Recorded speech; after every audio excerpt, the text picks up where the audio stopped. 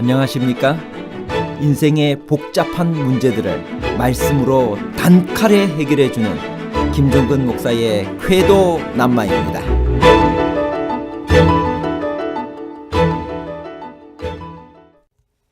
하늘의 천사들이 육체를 입고 이 지상에 와서 아름다운 인간 여자들과 성적 관계를 맺고 천사와 인간 사이의 관계에서 반신반인적인 거인이 나올 수 있을까요? 창세기 6장에 나오는 하나님의 아들들과 사람의 딸들은 과연 누구일까요? 하나님의 아들들은 가인의 후손인가요? 아니면 셋의 후손인가요? 사람의 딸들과 하나님의 아들들에 관한 복잡한 문제를 하나님 말씀의 가르침으로 명쾌하게 해결해 드리겠습니다. 창세기 6장 2절에 나오는 하나님의 아들들에 관해 몇 가지 해석이 있나요? 창세기 6장 2절 하나님의 아들들이 사람의 딸들의 아름다움을 보고 자기들이 좋아하는 모든 여자를 아내로 삼는지라. 창세기 6장 2절에 나오는 하나님의 아들들에 관해 크게 네 가지 해석이 있습니다. 첫째, 상대적으로 급이 낮은 신들이라는 주장입니다. 둘째, 왕족이나 귀족 등 지체 높은 집안의 청년이라는 주장입니다. 이 경우 사람의 딸들은 천민 출신의 후궁들을 가리킵니다. 셋째, 타락한 천사들이라는 주장입니다.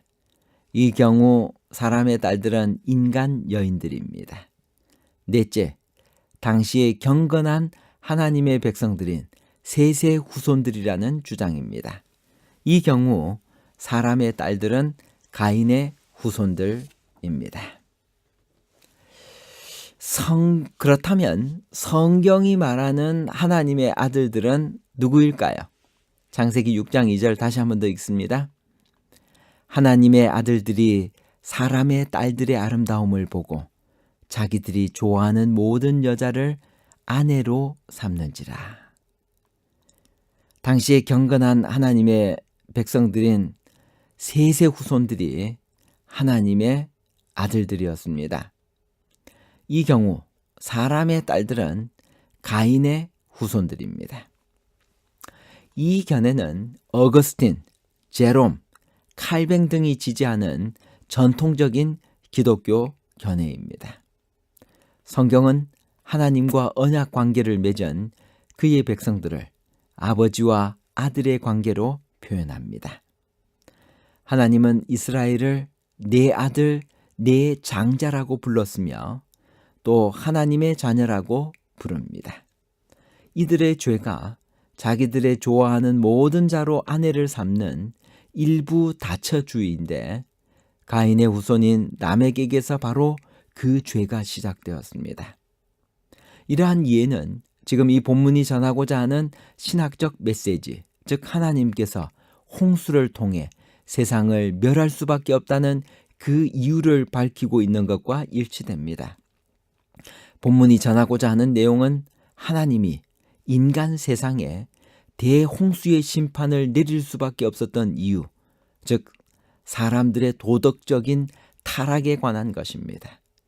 창세기 4장 26절에 기록된 대로 마치 그리스도를 섬기기에 그리스도인이라고 불린 것처럼 여호와를 섬기기에 여호와의 이름으로 불리던 셋의 자녀들이 어떻게 타락해 가고 있는지를 설명하는 것입니다.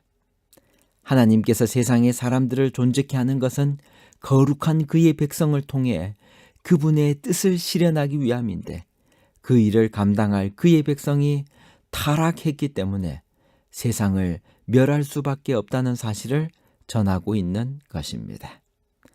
아담과 하와가 타락하여 에덴에서 추방한 것처럼 셋의 후손이 타락하여 세상을 멸하신다는 것입니다. 이렇게 이해할 경우 사람의 딸들은 가인의 후손을 의미합니다. 부조와 선지자 81페이지. 셋 자손이 가인의 후손의 딸들의 아름다움에 미혹하여 그들과 통혼함으로 여호와를 불쾌하게 하였다.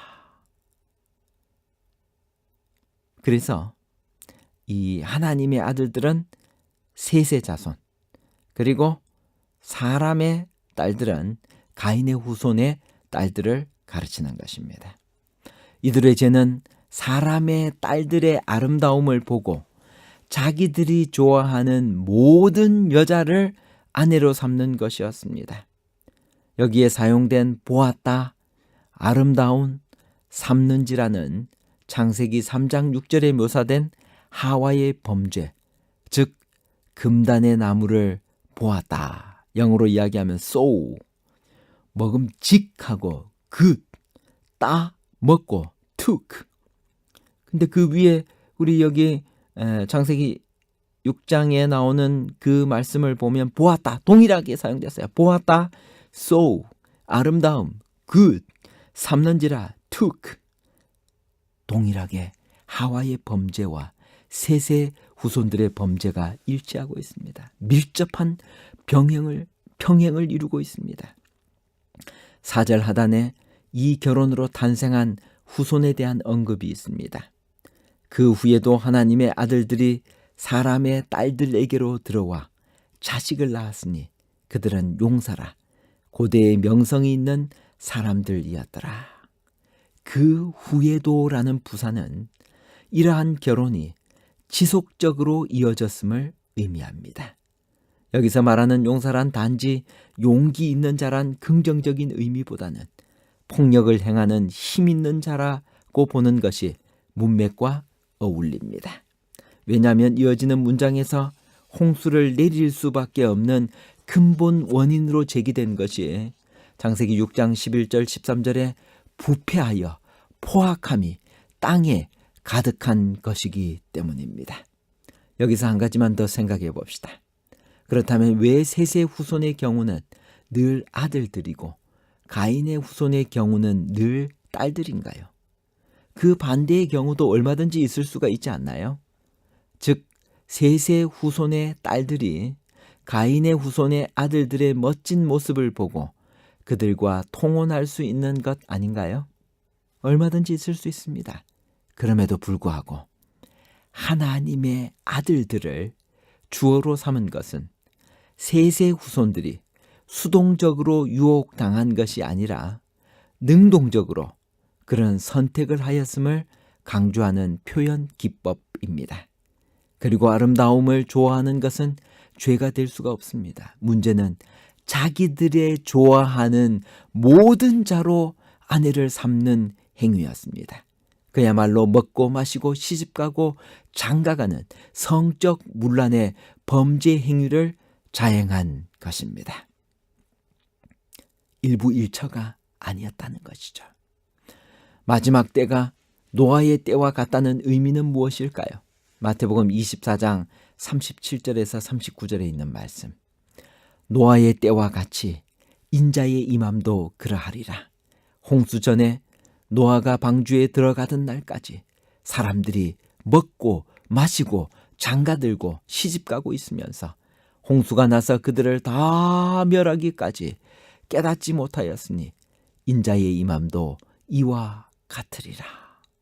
시대의 소망 633페이지에는 이렇게 이야기합니다. 노아의 때의 형편은 어떠하였는가? 그들의 노름, 경마, 도박, 방탕, 음란한 행위, 억제할 수 없는 정욕들은 이 세상을 신속하게 난폭한 행위로 가득 채우고 있다. 노아 때의 악이 널리 퍼져 있었다는 점은 성경에 명백하게 나옵니다. 문제는 장가들고 시집가는 것이 아니라 자기들의 좋아하는 모든 자로 아내를 삼는 행위였습니다. 여러분, 오늘날도 시집가고 장가가는 것, 그것은 절대 죄가 아닙니다. 자기들의 좋아하는 모든 자로 아내를 삼는 행위가 잘못된 것입니다. 그야말로 먹고 마시고 시집가고 장가가는 성적 문란의 범죄 행위를 자행한 것입니다. 그렇다면 사람의 본분은 무엇일까요? 전도서 12장 13절. 일의 결국을 다 들었으니 하나님을 경외하고 그의 명령들을 지킬지어다. 이것이 모든 사람의 본분이니라. 사람의 본분은 하나님을 경외하는 것입니다. 여기서 경외한다는 말은 하나님을 존경하고 하나님의 말씀을 순종하고 예배하는 것입니다. 사람이 번영일로에 있든지 역경에 처하든지 그의 운명이 어떠하든지 간에 그의 창조자에게 사랑으로 순종하는 것이 사람의 본분입니다. 하나님께서 우리에게 가장 원하시는 것이 무엇일까요? 참된 예배를 통한 영혼 구원을 원하십니다. 예수님은 한 영혼을 사랑하셔서 그 한 사람만이라도 구원하기 위해 십자가에 죽으러 오신 사실을 우리가 알기를 원하십니다. 실물교훈 187페이지, 비록 잃어버린 영혼이 단 한 사람뿐이라 할지라도 그리스도께서는 그 한 영혼을 위하여 죽으셨을 것이다. 결론입니다. 첫째, 창세기 6장에 나오는 하나님의 아들들은 셋의 후손입니다. 둘째, 창세기 6장에 나오는 사람의 딸들은 가인의 후손입니다. 셋째, 마태복음 24장에서 노아의 때와 같이 인자의 임함도 그러하리라는 말씀은 장가들고 시집가는 것이 아니라 자기들의 좋아하는 모든 자로 아내를 삼는 행위였습니다. 그야말로 먹고 마시고 시집가고 장가가는 성적 문란의 범죄 행위를 자행한 것입니다. 우리는 지금 마지막 시대에 살고 있습니다. 예수님께서 오시는 소리가 점점 가까워지고 있습니다. 이 마지막 때 다시 한 번 더 주님의 품으로 돌아와 하나님의 형상을 회복하고 우리의 마음에 예수의 마음과 예수의 사랑을 품고 예수님처럼 변화되는 그런 귀한 한날이 되기를 간절히 바랍니다. 감사합니다.